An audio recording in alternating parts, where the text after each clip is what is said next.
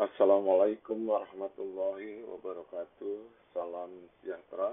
Selamat berjumpa kembali dalam channel Rudiansa. Pada kesempatan terdahulu saya sudah menyampaikan mengenai bagaimana ekonomi Indonesia baik tahunan maupun triwulan atau kuartalan, ya, dan juga bagaimana arah pertumbuhan ekonomi Indonesia pada kuartal ketiga dan kuartal keempat. Nah, pada kesempatan kali ini saya akan mencoba menyampaikan bagaimana kondisi ekonomi regional Indonesia, di mana Jakarta merupakan provinsi yang memiliki potensi ekonomi terbesar di Indonesia. Baik, jadi pada kesempatan kali ini saya akan menyampaikan 5 hal. Pertama, mengenai besaran PDRB, kedua, mengenai strukturnya, ketiga, bagaimana pertumbuhannya, keempat, bagaimana PDRB per kapitanya, dan terakhir, pertumbuhan ekonomi provinsi-provinsi di Jawa. Nah, pertama adalah PDRB nominal atau PDRB atas dasar harga berlaku, yang tidak lain ini mencerminkan potensi ekonomi di masing-masing provinsi, ya, bagaimana provinsi tersebut mengelola sumber daya alam dan sumber daya manusianya sehingga tercipta PDRB. Nah, dari sini kita bisa lihat dari grafik ini bahwa Jakarta merupakan provinsi dengan PDRB tertinggi, ya, yaitu sebesar 2.841 triliun. Kemudian diikuti oleh Jawa Timur sebesar 2.352 triliun, Jawa Barat 2.125 triliun. Kemudian provinsi yang terendah itu adalah Gorontalo, Sulawesi Barat, Maluku, dan Maluku Utara berkisar 40 triliun. Nah, inilah peta ekonomi Indonesia pada tahun 2019. Kemudian kita coba lihat distribusi, jadi angka nominal tadi kita bikin persentasenya, diperoleh distribusi PDRB nominal pada tahun 2019. Nah, di sini bisa kita lihat Jakarta PDRB-nya menyumbang sekitar 17,57%, kemudian diikuti Jawa Timur, sumbangannya terhadap ekonomi nasional sebesar 14,63%, Jawa Barat 13,22%, dan seterusnya. Nah, dari sini kita bisa lihat hampir 60% ekonomi Indonesia itu berasal dari Pulau Jawa. Nah, demikian dominannya ketergantungan ekonomi Indonesia terhadap ekonomi provinsi-provinsi di Pulau Jawa. Atau dengan kata lain, pertumbuhan ekonomi Indonesia itu sangat dipengaruhi oleh pertumbuhan ekonomi provinsi di Pulau Jawa. Berikutnya kalau kita lihat pertumbuhan, ya. Jadi pada tahun 2019 nasional Indonesia itu tumbuh sebesar 5,02%.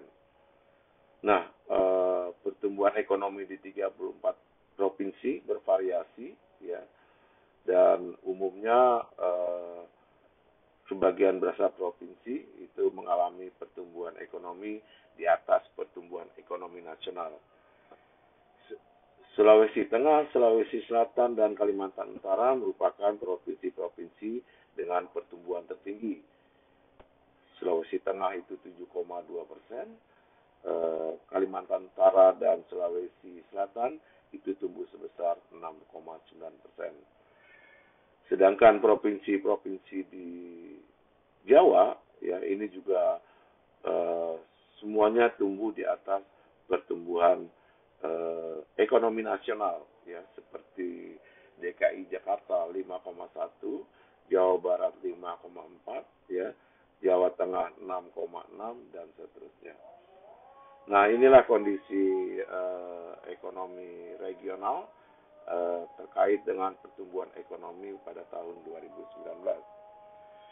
Nah, kemudian bagaimana dengan PDRB per kapita. Jadi PDRB per kapita ini mencerminkan tingkat kesejahteraan masyarakat pada tahun 2019 di 34 provinsi.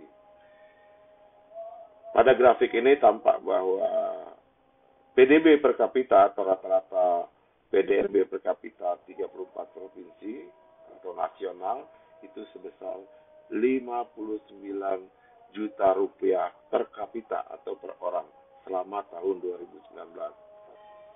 Sedangkan di 34 provinsi ini hanya beberapa provinsi saja yang PDRB per kapitanya di atas 59 juta. Yang tertinggi adalah Jakarta, itu 289 juta. Kemudian Kalimantan Timur 176 juta, Kalimantan Utara 131, dan Riau 110 juta. Ya, sebagian besar provinsi Indonesia PDRB per kapita di bawah 59 juta rupiah. Nah, kemudian bagaimana kondisi ekonomi regional Indonesia pada tahun 2020? Karena keterbatasan data, di sini saya menggunakan data dari berita resmi statistik yang baru-baru ini dirilis pada tanggal 5 Agustus kemarin, bahwa pertumbuhan itu dikelompokkan menurut pulau. Nah, di sini bisa kita lihat yang warna hitam itu angkanya menunjukkan kontribusi PDRB terhadap pembentukan PDB Indonesia, sedangkan yang warna oranye itu memperlihatkan pertumbuhan ekonomi. Nah, di sini Pulau Jawa memberikan kontribusi sekitar 58,55% terhadap perekonomian nasional, ya, dengan pertumbuhan sebesar 6,69%. Ya, ini pertumbuhan ekonomi di Jawa merupakan pertumbuhan terendah dibandingkan pulau-pulau lainnya. Ya, jadi seperti kita ketahui bahwa pertumbuhan kuartal kedua kemarin nasional tumbuh sebesar 5,32%. Ya. Dan utamanya ternyata disebabkan oleh pertumbuhan ekonomi di Jawa, ya, pada kuartal kedua ini tumbuh cukup dalam sebesar 6,69%. Kemudian kalau kita lihat Sumatera yang kontribusinya cukup besar, 21,49%, pertumbuhannya mengalami kontraksi sebesar 3,01%. Ya. Kemudian Pulau Kalimantan, ya, dengan kontribusi 8,04% mengalami kontraksi sebesar minus 4,35% dan seterusnya. Nah, jadi di sini kita bisa lihat bagaimana pertumbuhan ekonomi di kawasan pulau atau provinsi-provinsi di pulau, ya, mempengaruhi pertumbuhan ekonomi nasional. Ya. Berikutnya adalah karena tadi saya sebutkan bahwa Jawa merupakan provinsi yang sangat berpengaruh terhadap perekonomian Indonesia, yaitu sekitar 60%, ya, dan pertumbuhannya mengalami kontraksi cukup dalam, ya, yaitu 6,69%. Sekarang kita lihat bagaimana masing-masing provinsinya pertumbuhan pada kuartal kedua tahun 2020 secara year on year. Nah, ternyata di sini DKI merupakan provinsi yang mengalami kontraksi yang sangat besar, yaitu sebesar minus 8,22%. Kemudian diikuti oleh provinsi Yogyakarta mengalami kontraksi sebesar minus 6,74%. Kemudian Jawa Barat minus 5,98%, Jawa Tengah 94 ya. Jawa Timur minus 5,90 dan Banten minus 7,40 ya. Jadi di sini seluruh provinsi Jawa itu pertumbuhan kuartal kedua ini ya semuanya di atas pertumbuhan kuartal kedua nasional. Nasional hanya minus 5,32%. Nah, bagaimana arah pertumbuhan kuartal ketiga dan kuartal keempat di Jawa? Nah, seperti kita ketahui bahwa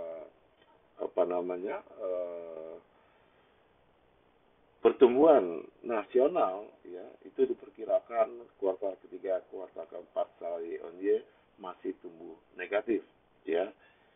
Demikian juga untuk provinsi di Pulau Jawa karena dampak dari pandemi COVID-19 ini diperkirakan juga masih mengalami pertumbuhan negatif atau kontraksi di kuartal ketiga dan kuartal keempat di tahun 2020 ya.